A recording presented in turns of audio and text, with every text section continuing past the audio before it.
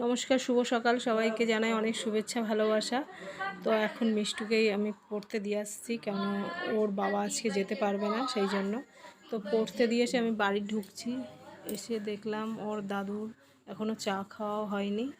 তো আমি না দিলে তো খাওয়া হবে না, মানে খেতে পারবে না, যাই হোক নিজে নিয়ে খেতে পারবে না, সেই জন্য আমি এসে চাটা দিলাম। আর আমি একটু চা বিস্কুট খেয়ে নিলাম, কারণ সকালবেলাটা চা না খেলে কাজে এনার্জিটা আসে না। তো সকালবেলা আমি ভাতটা আগে বসিয়ে দিয়ে গেছিলাম, ফুটে গেছে, তো আরেকবার জল দিয়ে আবার ফ্যানটা ঝাড়বো। তো সকালে উঠে কি রান্না করব মাথায় তো কিছুই আসে না।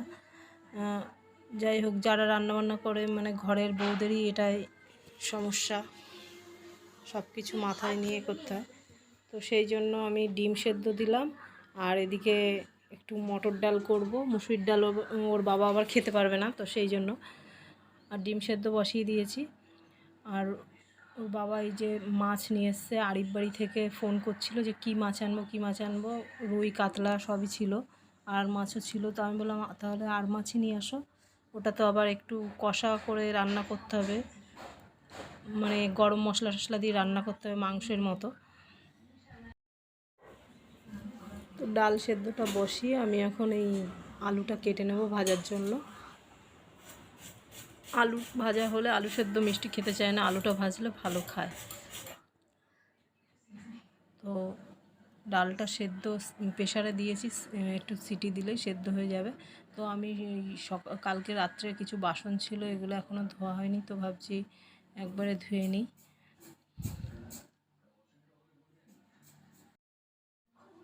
তো আলুটা কাটা হয়ে গেছে, আলু ভাজবো বলে আমি কড়াইটা বসিয়ে দিলাম, দিয়ে আমি আলুটা ভেজে নেব। আর এদিকে ডালও তো সেদ্ধ হয়ে গেছে, ডালে একটু জল দিয়ে দেবো আর একটা কাঁচা লঙ্কা লবণ দিয়ে দেবো। তারপরে আমি একটু জিরে তেজপাতা দিয়ে পরে একটু তেলে ফোড়ন দিয়ে নেব। আর আজকে অন্য কিছু আর করব না, এই মাছের ঝোলটাই করব, কারণ আর অন্য কোনো সবজিও নেই। যে একটু উচ্ছে টুচ্ছে থাকলে ভাজতাম, বা শাক ঠাক থাকলে ভাজতাম, সেটাও নেই। শুধু কটা সজনে ডাঁটা, বেগুন, এইগুলোই আছে সবজির মধ্যে।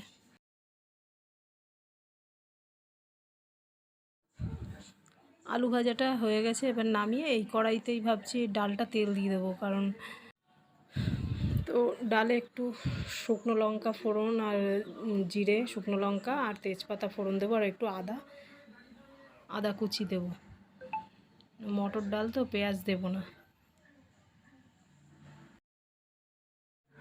তো সামনে গরমকাল আসছে, এই গরমে মানে মটর ডাল দিয়ে উচ্ছে দিয়ে মানে তেঁতুর ডালও খেতে ভালো লাগে। তো আর ভাবছিলাম আজকে উচ্ছে থাকলে তেঁতুর ডাল করতাম, যাই হোক। তো আমি ডিম সেদ্ধ ছাড়িয়ে আগে ওর দাদুকে দিচ্ছি খেতে, কেননা মিষ্টু এখনও আসেনি, স্কুল মানে পড়তে গেছে, স্কুল না পড়তে গেছে। আর ওর বাবাও এখনও আসেনি, ওর বাবা নিয়ে আসবে, তারপরে দুজনকে একসঙ্গে ভাত দেবো খেতে।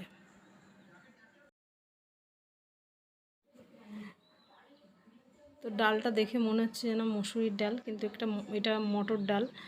আর এই মটর ডালের সাথে একটু যদি মুসুরির ডালের সাথে বেশি ভালো লাগে গন্ধরাজ লেবুটা, যদিও তো মনে হচ্ছে এই মটর ডালের সাথেও ভালো লাগবে, একটু করে গন্ধরাজ লেবু দিলে তো খুব সুন্দর লাগে খেতে।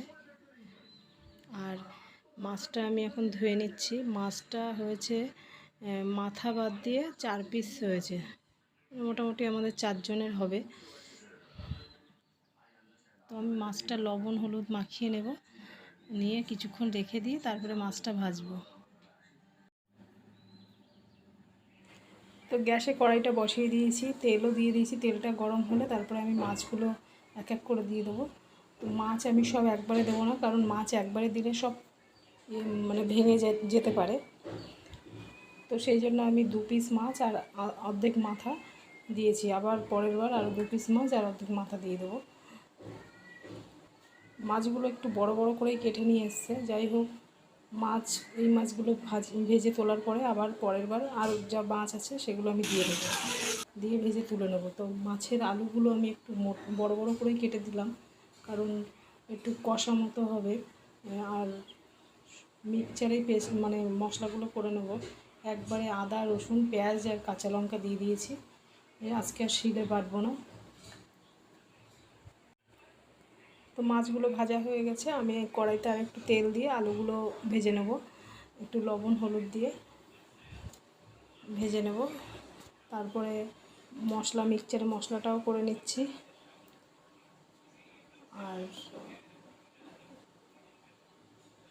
আলুগুলো ভাজা হয়ে গেছে, আমি তুলে নিচ্ছি। নিয়ে এবার কড়াইতে গোটা গরম মশলা দিলাম, তেজপাতা দিলাম, আর একটু গোটা জিরে ফোড়ন দেব। দিয়ে এবার মশলাটা ঢেলে দেবো।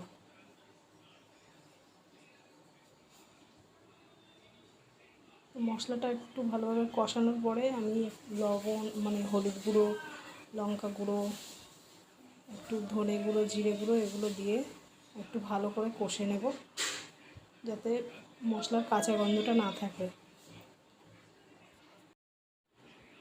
তরকারিটা কষিয়ে আমি জল ঢেলে দিলাম, আর এদিকে তরকারিটা হতে থাকুক। তো আমি এদিকে ঘরটা মুছতে চলে এসেছি, কারণ একবারে সব কিছু না করলে হবে না, এমনি দেরি হয়ে গেছে। তো মাছের ঝোলের আলু সেদ্ধ হয়ে গেছে, আমি এবার মাছটা দিয়ে কিছুক্ষণ ফুটিয়ে তারপরে নামিয়ে নেব। তো নামানোর আগে একটু গরম মশলা দিয়ে নামিয়ে নেব। গ্যাসটা বন্ধ করেও দিয়েছি। তো তার আগে একটু ভাবলাম গ্যাসটা মুছে নিই, রান্না হয়ে গেছে। তো এদিকে তরকারি তো হয়ে গেছে, আর মাছের তরকারি। আর এদিকে বাপের বাড়ির থেকে দিয়েছে এঁচোড়ের তরকারি, এই কিছুক্ষণ আগে দিয়ে গেল। আর দিয়েছে মিষ্টুর জন্য মাংস, মিষ্টু আর ওর দাদু খাবে। যাই হোক, তো রান্নার পরে আর একটু কাজ আছে, এই যে একটু সিমেন্ট নিয়ে আমি একটু ঘরের কাজ করছি। আমাদের মেঝেটা একদম ফেটে ফেটে গেছে, তো আমি একটু সিমেন্ট গলিয়ে যতটা পারি, সে মিস্ত্রির মতো তো আর হবে না, যতটা পারি করার চেষ্টা করছি। এই ঢেলে দিচ্ছি, এটা ঢেলে একটু ওই বাটিটার নিচ থেকে একটু সমান করে দেবো, কাজ চলার মতো যায়। খুব ভালো তো আর হবে না, আমরা তো আর মিস্ত্রি না। তো বন্ধুরা, আজকের মতো ভিডিওটা এখানেই শেষ করছি। পরের বার নতুন ভিডিওর সাথে আবার দেখাবে। ততক্ষণে ভালো থাকবেন, সুস্থ থাকবেন। নমস্কার।